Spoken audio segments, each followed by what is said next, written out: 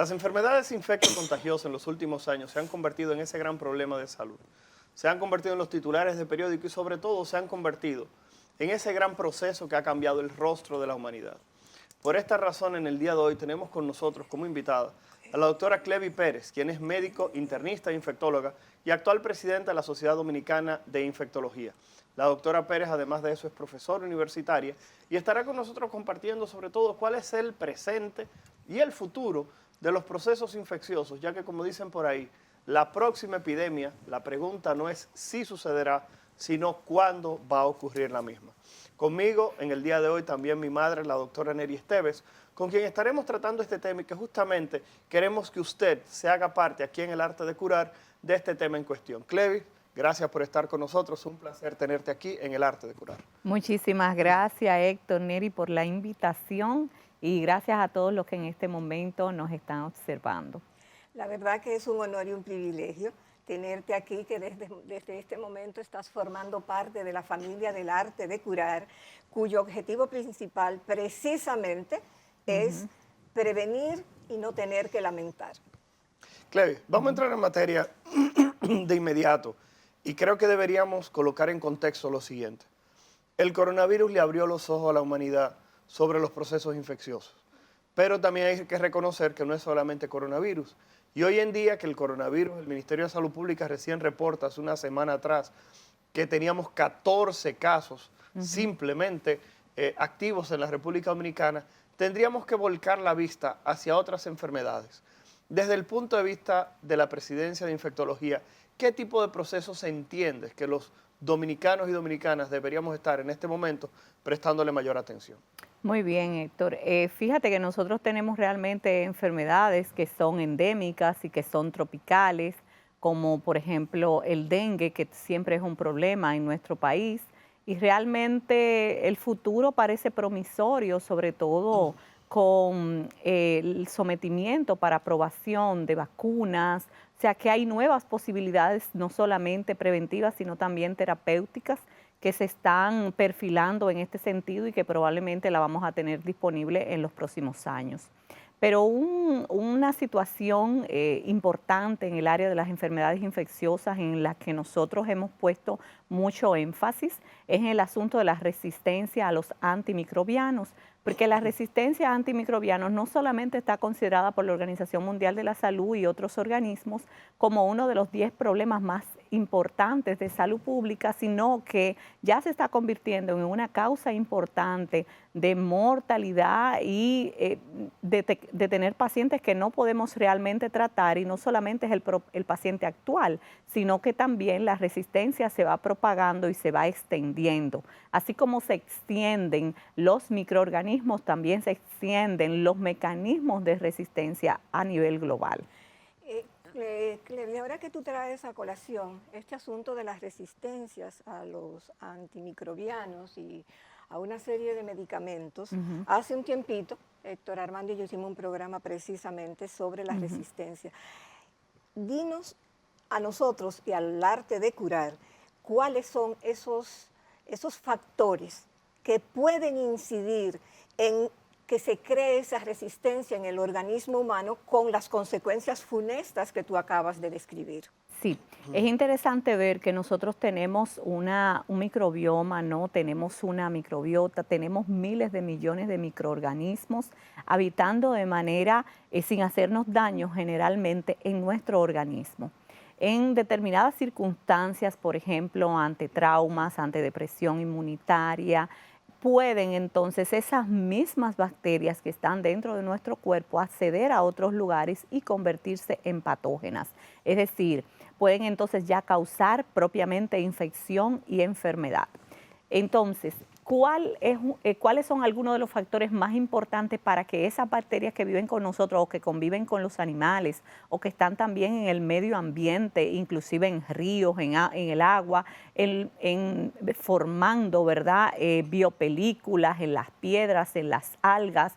Es decir, que es parte de la ecología microbiana y del medio ambiente, se tornen resistentes, bueno, hay factores intrínsecos propios de las mismas bacterias que las llevan a desarrollar resistencia natural, pero también está lo que se llama la resistencia adquirida, que es donde más los humanos podemos incidir para reducir esa resistencia. ¿Cuáles factores llevan a resistencia adquirida? Por ejemplo, el abuso de los antimicrobianos, que también es uno de los factores donde más podemos incidir. Debemos evitar la venta libre de antimicrobianos, pero también los prescriptores, es decir, los médicos, debemos también prescribirlo en el contexto adecuado, ser pertinentes y por el tiempo apropiado.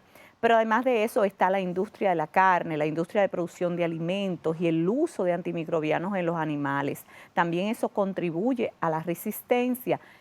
Otros factores que pueden también aumentar la resistencia es la no pertinencia, digamos, en el uso de los antimicrobianos en las indicaciones que deben ser, por ejemplo, al tratar infecciones bacterianas. Eso pasa mucho cuando se confunden con las infecciones virales, que también causan fiebre, cuadros que pueden simular una infección bacteriana, y no disponemos de los medios diagnósticos para hacer esa diferenciación. Entonces, si mejoramos los servicios de salud, también podemos desarrollar mejores capacidades en el uso adecuado y pertinente de los antimicrobianos. Esos son solamente algunos factores, pero realmente es una condición de salud pública que tiene implicaciones políticas, que tienen los estados también que ponerse de acuerdo, porque por ejemplo en la Unión Europea hay países donde se ha limitado mucho los antimicrobianos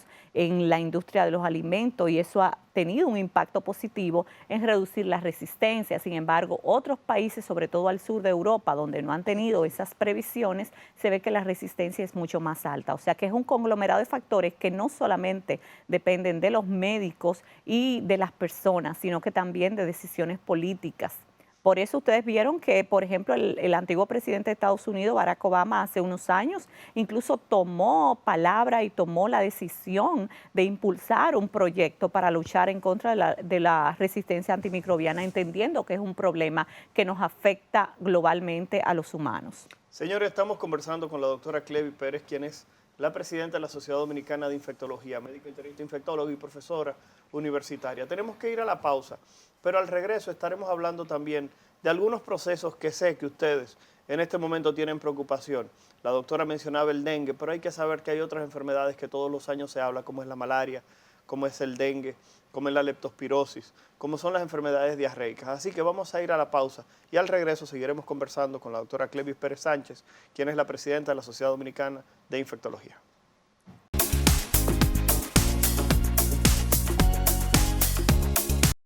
Presentamos Testimonios, experiencia en el uso del Sistema de Nutrición con Precisión SNP de Felsan, en la voz de productores de todo el país.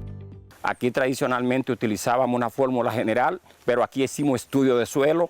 Felsan generosamente tomó la muestra, se la mandó fuera y fruto de esa muestra me han hecho las recomendaciones del lugar y los resultados no se han hecho esperar. Unos 3 años produciendo alrededor de 3 quintales por tarea, que es una producción excelente. Las fórmulas que hemos ido desarrollando con Felsan han sido herramientas que han sido muy eficaces para nosotros poder lograr alinear nuestra producción con la calidad que requiere el mercado y a sacar una fruta con calidad exportable.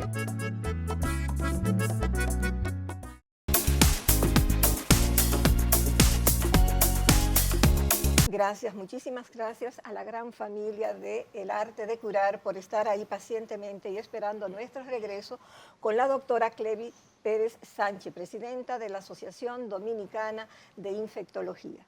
En el segmento anterior, Héctor Armando Balcácer Esteves, médico internista e infectólogo, dejó sobre el tapete que íbamos a conversar ahora sobre las otras condiciones y situaciones infectológicas que también tenemos que tomar en cuenta en el país. Y vamos a comenzar, doctora, con la malaria.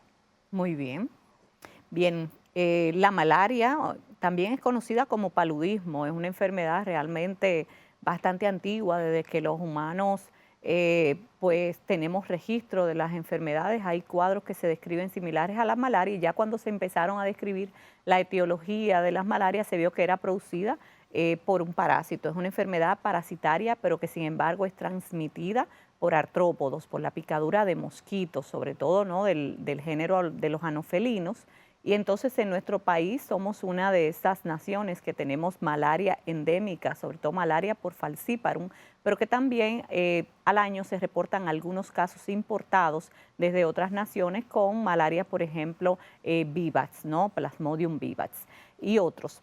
Esta enfermedad, como bien decía, es producida por la picadura de un mosquito, entonces todo lo que podamos hacer, medidas preventivas para evitar las picaduras, sobre todo en ambientes rurales y semirurales, porque tiene un patrón distinto en eso al dengue. El dengue es una enfermedad sobre todo de núcleos urbanos, de grandes conglomerados, mientras que la malaria ya es una enfermedad no solamente de ambientes rurales, pero semirurales. Por eso siempre tenemos, por ejemplo, en el Gran Santo Domingo, áreas como los Alcarrizos, siempre se reportan y hay brotes, se describen brotes de malaria. Entonces nosotros tenemos malaria y somos lamentablemente la única isla del Caribe que no ha podido eliminar malaria por situaciones, ¿verdad?, que van también no solamente locales, sino también con nuestros vecinos. Entonces esa combinación de factores no ha permitido que nosotros podamos eliminar la enfermedad.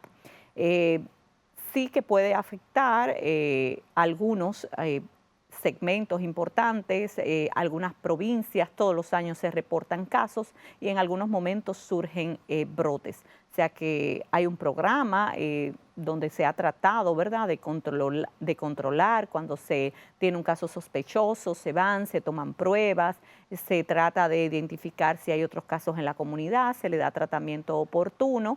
Entonces, básicamente, esa es la respuesta nacional que hasta ahora se ha dado a la malaria. Clevis, cuando hablamos de enfermedades febriles, algunas de las enfermedades que nunca puede faltar, también está la leptospirosis. Así es. Y Sabemos hecho, que hablamos de leptospira con cierta regularidad, independientemente de que muchas personas o la ven como una enfermedad muy mala, u otros simplemente dicen, yo no he visto a nadie con leptospira. Sin embargo, la realidad es que en República Dominicana todos los años se reportan casos de leptospirosis.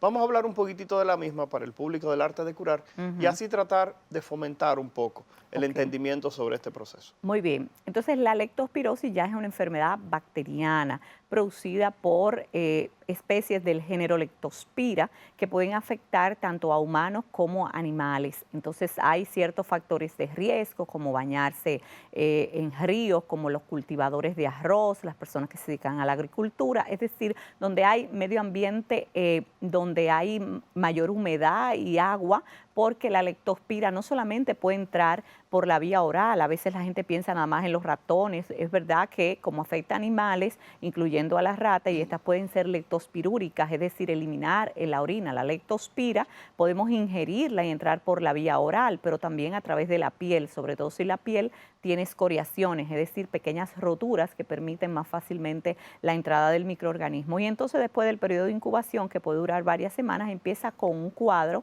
que puede ser desde leve a severo.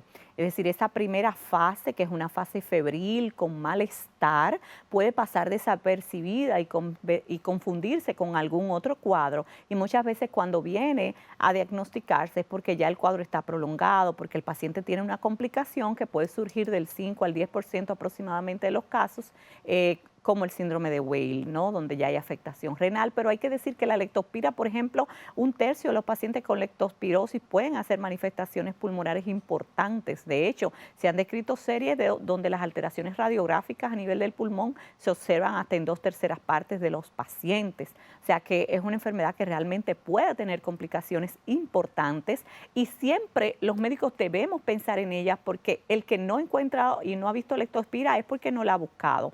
Hay que reconocer, Héctor, que tú sabes bien que nosotros tenemos problemas diagnósticos en nuestro país porque los cultivos, por ejemplo, de sangre que podrían hacerse inicialmente requieren medios como el medio Fletcher, que no lo tenemos disponible en nuestro país, y solamente tenemos cultivos que se están haciendo en el laboratorio veterinario, que se deben hacer en orina, que este laboratorio tiene sus limitaciones de tiempo, días de semana, etcétera. O sea que nosotros tenemos realmente los médicos problemas y nos basamos sobre todo en estudios serológicos, pero los anticuerpos tardan tiempo en producirse y muchas veces cuando el paciente viene con las manifestaciones iniciales los anticuerpos te dan negativo, la gente descarta la leptospirosis, sin embargo realmente es leptospira. Entonces cuando uno tiene la sospecha uno debe repetir luego los anticuerpos y claro, muchas veces está la necesidad de tratar, aun cuando no tengamos esos resultados, si el caso clínico es consistente. Es importante eso que dice la doctora Clevi Pérez, específicamente de la leptospira y la presencia de los animales.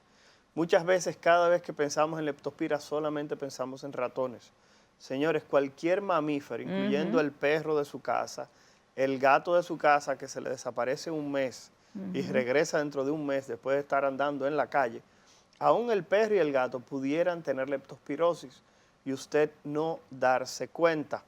Por eso, si a usted le preguntan, cuando usted va al médico por un cuadro con fiebre, si usted tiene ratones en su casa, si hay ratones, usted debe decir que no, pero si tiene perro o gato, usted debería también reportarlo a su médico, porque también hoy en día conocemos que existen muchísimos microorganismos que pueden transmitirse a través de las mascotas, que será un tema que en algún momento tendremos que tocar. Madre, ¿alguna pregunta a la doctora Pérez, por favor? A propósito, oyéndolos a ustedes y oyendo a la doctora Clevi Pérez, presidenta de la Sociedad Dominicana de Infectología, hablar sobre la leptospira y la malaria, viene la pregunta obligada. Ante esta situación que vemos que los animales, y yo sumo a las mascotas, todos los animales pueden transmitir enfermedades, ¿cuál es la relación, Clevi, que tú ves entre el aumento de las infecciones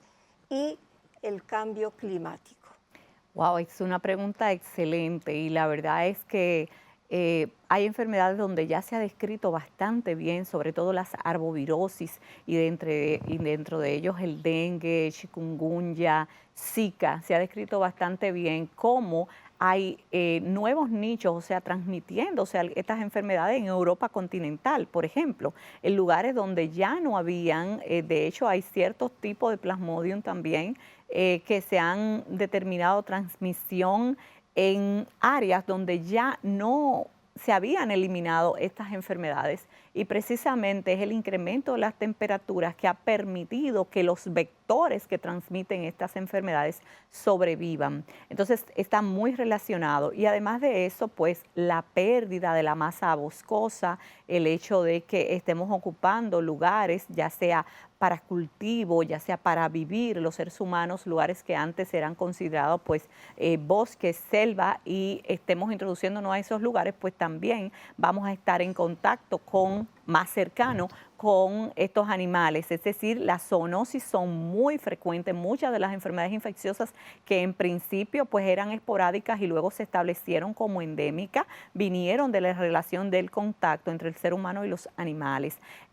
Por ejemplo, algo interesante que se ha visto también es como el incremento de la temperatura reduce el ciclo extrínseco de ciertos virus como el virus del dengue. Y me explico, el ciclo extrínseco es el ciclo en el mosquito. El mosquito pica, en este caso Aedes sobre todo, a una persona en fase virémica de dengue, toma el virus y empieza a replicarlo en el propio mosquito antes de poder transmitirlo a otras personas y esto se sabía que era de aproximadamente 10 días. Sin embargo, ahora con el incremento de las temperaturas se ha visto que esto acorta el ciclo extrínseco y hace que sea más fácil y más rápido para los mosquitos tomar nuevos huéspedes susceptibles y poder expandir el dengue. O sea que definitivamente el clima y el cambio climático va a tener un impacto o está teniendo ya un impacto importante en las enfermedades infecciosas.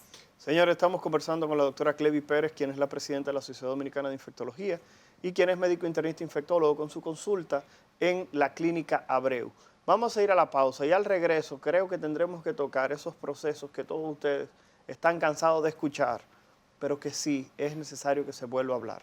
Estaremos hablando de coronavirus, de las próximas epidemias o pandemias que la doctora Clevi entiende que pudiéramos tener en los próximos años por venir, pero también estaremos hablando de las secuelas que ha dejado el coronavirus, tanto mentales como físicas, y algo que entiendo que usted, que le han llenado la cabeza de disparates, como son las teorías conspirativas contra las vacunas, sería importante que usted escuche cuál es la posición de la Sociedad Dominicana de Infectología a través de su presidenta sobre este tema. Vamos a la pausa y regresamos en un momento en El Arte de Curar.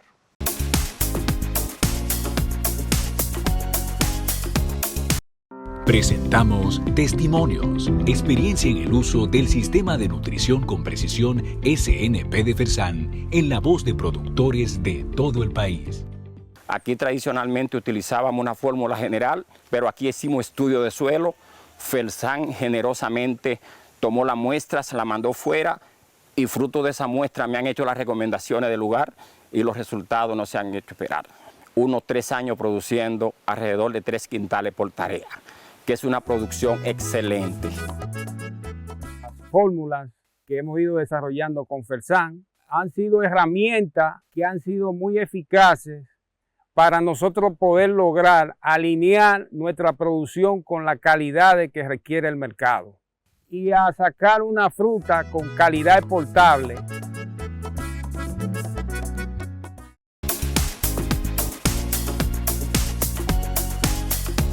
Gracias por continuar con nosotros en El Arte de Curar. Estamos conversando hoy sobre procesos infecciosos, futuro, presente de las enfermedades infectocontagiosas con la doctora Clevi Pérez, quien es médico internista infectólogo y la actual presidenta de la Sociedad Dominicana de Infectología. La doctora Pérez también es profesora universitaria y tiene una vasta experiencia en lo que es atención de procesos de este tipo. Clevi, antes de la pausa hablamos de que teníamos que conversar un poco sobre lo que es el tema del coronavirus del 2019, lo que la gente conoce como la COVID.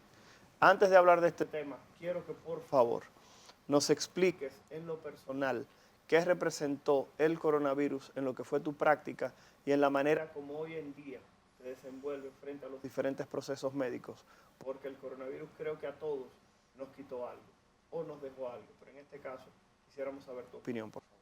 Bien, wow, una pregunta que es impactante en cierto sentido porque el COVID, como tú decías, no deja a nadie indiferente. Todos tuvimos, o nosotros mismos, o nuestros familiares, o seres muy queridos, amigos, que enfermaron y en algunos casos fallecieron lamentablemente de COVID.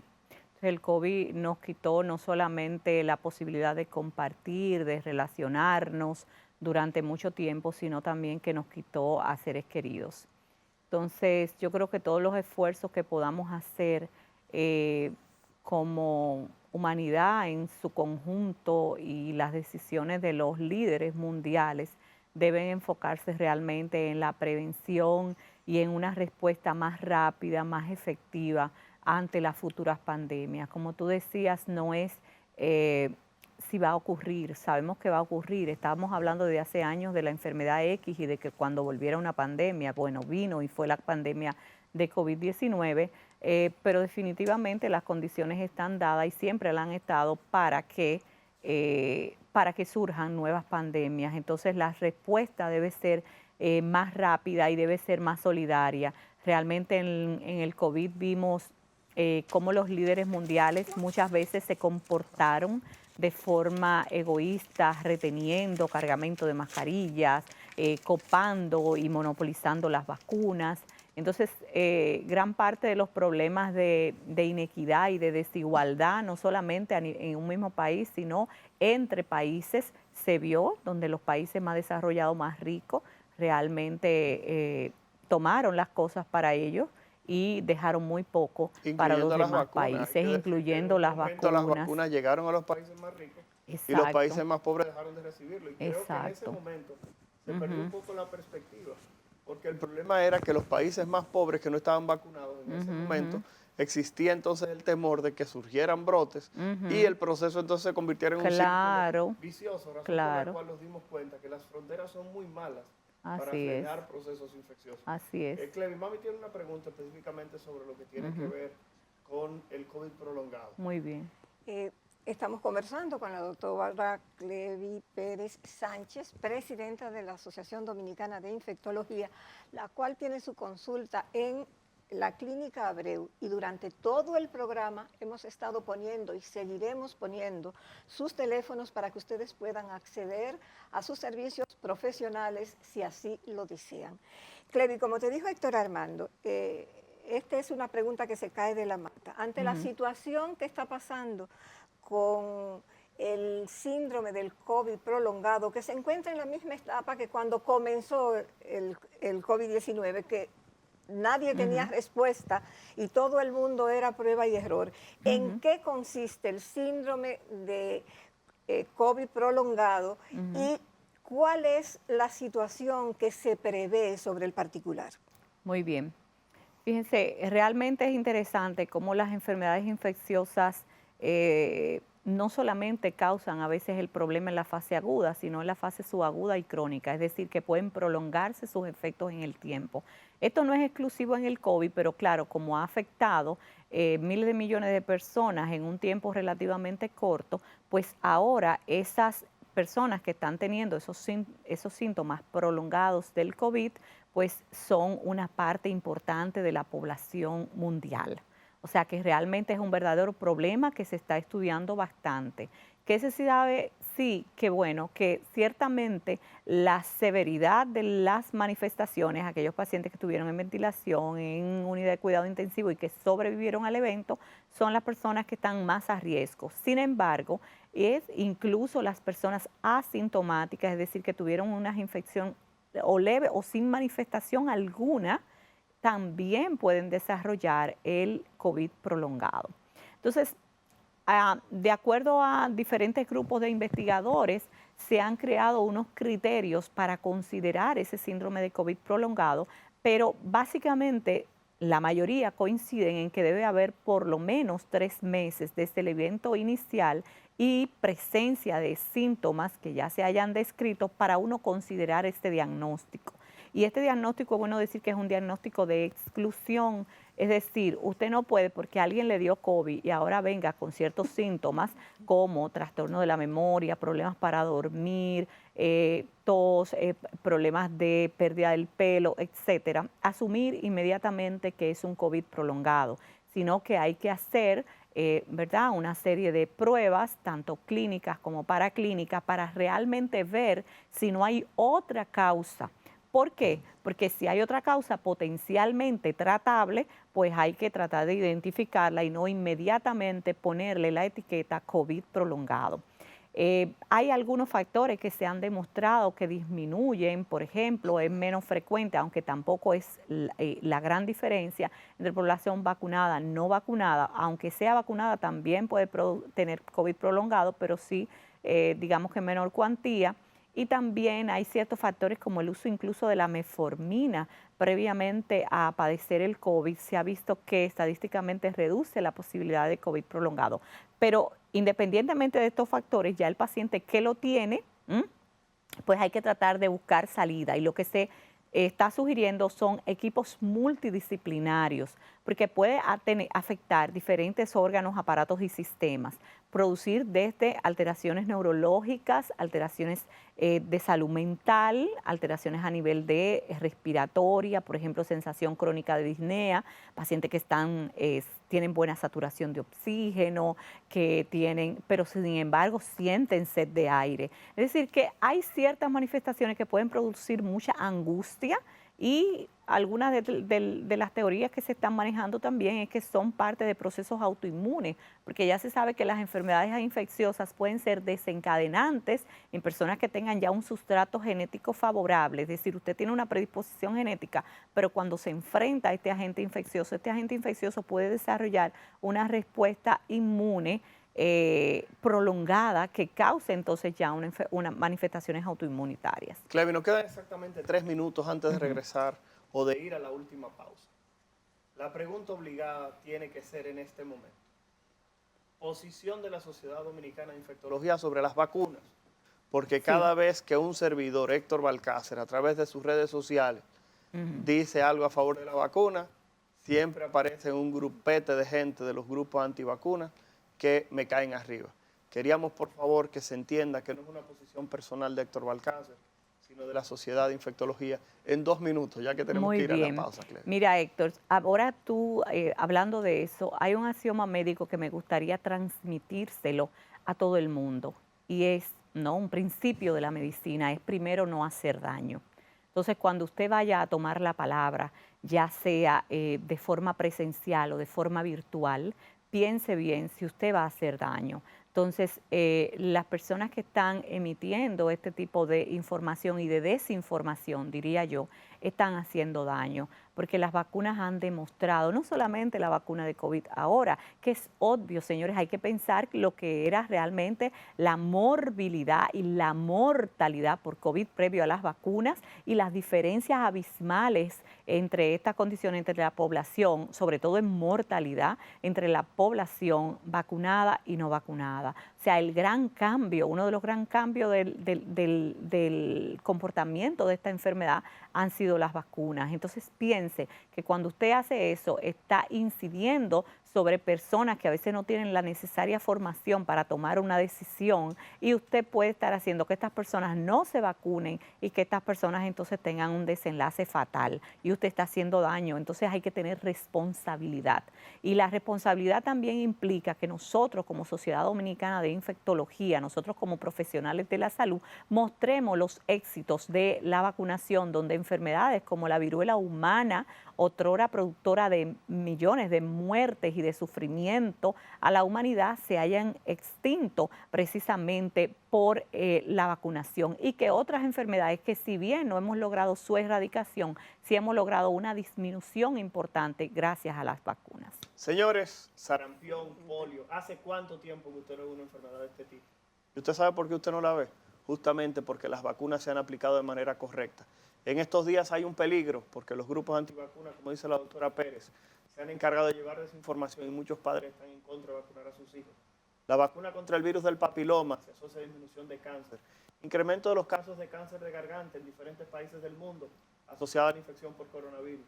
Así que usted, que solamente piensa en vacunar a sus niñas, también piensa en vacunar a los varoncitos, porque sabemos que el papiloma se asocia a cáncer en cualquier nivel. Vamos a la pausa y al regreso estaremos hablando de una actividad científica de la Sociedad Dominicana de Infectología que se llevará a cabo en los próximos días. Por si usted está interesado y participa de los temas de salud, quizás este congreso que viene por ahí sea para usted. Así que quédese un momentito aquí en El Arte de Curar.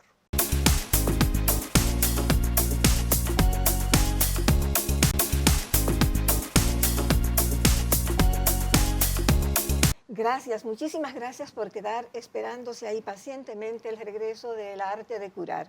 No se olviden, por favor, que para nosotros su opinión es importante. Por favor, a través de las redes, háganos saber su opinión, qué estamos haciendo bien y, lo más importante, qué estamos haciendo mal, porque esa es la única forma que tenemos de mejorar. Háganos saber su opinión, sean sinceros, porque ustedes son nuestra razón de ser y de estar aquí. Estamos conversando con la doctora Clevi Pérez Sánchez sobre todo lo que tiene que ver con la infectología, y este segmento estará completamente dedicada a una actividad científica que tiene la Asociación Dominicana de Infectología. Clevi, por favor. Clevi. Muy bien. Fíjese, Neri, tenemos ahora precisamente la próxima semana, estaremos celebrando el 15º Congreso de la Sociedad Dominicana de Infectología. Vamos a contar con 2 cursos precongresos en la ciudad de Santo Domingo, aquí en el Distrito Nacional, y el congreso propiamente dicho, que ya se estará inaugurando en la tarde del día 10 y termina el sábado 13, que va a ser en el Centro de Convenciones Live Aqua en Punta Cana. Bueno, los cursos precongreso, primeramente, uno va a ser sobre micobacterias y va a ser el día lunes 8. El segundo curso va a ser sobre el diagnóstico de laboratorio, tanto de enfermedades bacterianas como producidas por hongos, es decir, micológico, y también va a ser en Santo Domingo, uno en las oficinas de SUED y otro en el del miércoles, va a ser en la mañana del miércoles en el Salón Barcelona del Hotel Catalonia.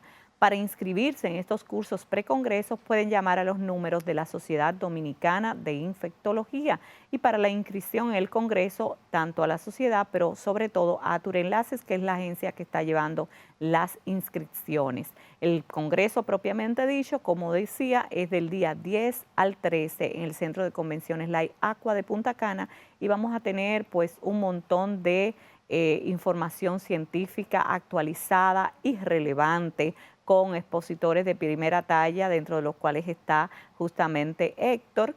y expositores tanto nacionales como internacionales. Así que, pues a todas aquellas personas del sector salud que estén interesados, pues comuníquense y los vamos a recibir con mucho cariño durante nuestro 15º Congreso. O sea, Clevi, que para este Congreso de Infectología no solamente está restringido a los infectólogos, también otros de otra Claro, especialidad. así es. Dinos. Por ejemplo, vamos a tener temas de infecciones en la mujer, o sea, a los ginecólogos le va muy bien, a los médicos internistas, a los médicos intensivistas, también a los neumólogos, a los cardiólogos. Tenemos temas también importantes de pediatría. Tenemos un montón de simposios pues dedicados a las infecciones en población pediátrica, o sea que los pediatras también están cordialmente invitados, y temas de laboratorio, porque no solamente pueden ir médicos, sino también microbiólogos, bioanalistas, es decir, personal de laboratorio. Cuando puse yo en mis redes que se iba a hacer este programa y que la invitada era tú, me pidieron 3 estudiantes de medicina preguntarte si un estudiante de medicina que esté interesado también sin haberse graduado puede asistir. Por supuesto, así es. De hecho, nosotros empezamos siempre durante la carrera a asistir a congresos, y este congreso de infectología, la infectología como es tan transversal y las infecciones afectan a cualquier aparato o sistema del cuerpo humano, es una especialidad que se comunica bastante bien con cualquier otra especialidad. Entonces los estudiantes, por supuesto, independientemente de la especialización que quieran hacer al terminar la carrera, van a encontrar pues temas aquí dentro del Congreso de la Sociedad Dominicana de Infectología. Durante todo el trayecto del programa vamos a estar poniendo, además de los teléfonos de la doctora Clevi Pérez, vamos a poner los de la Sociedad Dominicana de Infectología también, y estaremos dando la oportunidad de que todo el que quiera poder accesar a inscribirse en este congreso, que lo haga, porque qué bueno es que nos estemos preparando y sobre todo estemos sembrando las bases de la mejor medicina, que es la medicina preventiva. Clevi, yo no quiero que se termine el programa sin preguntarte, ¿qué te motivó, qué te llevó a ser infectóloga? ¿Tú lo supiste desde el principio de la carrera o eso fue una decisión después? Bien, durante la carrera ciertamente me gustaban mucho asignaturas que tienen que ver con el campo de las enfermedades infecciosas, como son microbiología, parasitología, o sea que siempre sentí una gran afinidad. Cuando di la asignatura pues me interesó mucho, pero realmente también me interesaron otras áreas. Ya pienso que tomé la decisión cuando estaba haciendo en el internado, al final de la carrera. Lo único es que en inicio estaba la duda si hacer infectología, primero haciendo pediatría, porque para ser infectólogo primero puede ser pediatra y ser infectólogo de niños, o ser internista y luego ser infectólogo de adultos. Entonces tenía esa disyuntiva entre si hacer pediatría y luego infectología pediátrica, o hacer medicina interna y luego infectología de adultos. Finalmente me decidí por los adultos porque, bueno, son también bastante interesantes, ¿no? Sin desmeritar que también los niños pueden ser muy retantes, muy retadores. O sea que, qué bueno, tú desde el primer momento supiste cuál era tu inclinación. Sí, aunque puedo decir que la medicina interna como tal me gusta mucho, otras especialidades como la salud mental. Sí, la medicina realmente tiene muchas opciones interesantes, no solamente en el campo de la asistencia, sino también en el campo de la investigación y en el campo de la docencia, que es algo que desarrollo también y que me gusta bastante. Señores, la verdad que para nosotros ha sido un placer, para mí, para el doctor Héctor Armando Balcácer Esteve, médico internista e infectólogo con su consultorio en el Centro Médico UCE, coproductor del programa, y el cual estuvo hasta este segmento final que tuvo que ir a atender una emergencia médica. Como ustedes vieron, estuvo en los 3 primeros segmentos, pero en este tuvo que salir de manera precipitada. Y eso es parte de ser médico, eso es parte de ser una persona que el cuidado de la salud de sus pacientes tiene que estar por encima de cualquier otra cosa. Clevi, la verdad que ha sido un placer, un honor, un privilegio tenerte aquí. Le vamos a prometer a ustedes que vamos a comprometer a la doctora Clevi Pérez Sánchez para que se haga parte de la familia del arte de curar de manera consecuentemente cada vez más propicia y más cercana, porque la verdad es que hemos estado compartiendo y nos ha encantado la forma en cómo lo has hecho, de verdad que sí. Clery, ya estos 2 minutos que nos quedan, por favor, tus recomendaciones a la familia del arte de curar sobre cómo prepararnos, cómo prevenir esas posibles infecciones que ya están o que puedan venir. Muy bien, es importante para la prevención de las infecciones tratar de mantener la integridad corporal, es decir, cuidar nuestra piel, evitar los arañazos, las escoriaciones, es decir, evitar romper esas barreras que nos protegen en contra de los microorganismos. Es importante tener pues un sistema inmunológico también reforzado con la aplicación de las vacunas. Hay muchas enfermedades que son inmunoprevenibles. Por ejemplo, el tétanos, para solamente poner un ejemplo, y no es justo que ahora todavía haya personas enfermando y muriendo de tétanos porque no se han aplicado la vacunación. Hay otras cosas que también podemos hacer para tener, no solamente prevenir las infecciones, sino tener pues un estilo de vida más saludable, porque por ejemplo, las enfermedades crónicas no transmisibles como la diabetes no es una infección, sin embargo, cuando usted tiene esa condición es mucho más probable que desarrolle infecciones. Entonces, haciendo ejercicio, teniendo pues un peso adecuado, comiendo saludable, también son factores que favorecen a cuidar nuestro sistema inmune y a evitar infecciones futuras. Y por supuesto, hay ciertas cosas que podemos hacer de forma particular, sobre todo si estamos en lugares que hay mucho mosquito, el uso de repelente, el uso de mosquitero, tratar de limpiar, higienizar nuestros ambientes, preparar adecuadamente los alimentos para evitar las infecciones transmitidas por agua y alimentos contaminados y por supuesto lavar nuestras manos. Eso es algo que toda la población, todo el mundo lo puede hacer. No hay que ser médicos, sino que todos podemos hacer cosas para cuidar nuestra salud y evitar las infecciones. Muchísimas gracias, doctora Clery Pérez Sánchez, presidenta de la Asociación Dominicana de Infectología, por habernos ofrecido su tiempo en una situación como esta, que están los preparativos del próximo Congreso de la Sociedad de Infectología. Y a ustedes, nuestra familia del arte de curar, que nos dispensan su atención y nos permiten el privilegio de entrar a sus hogares. Muchísimas gracias y hasta la próxima.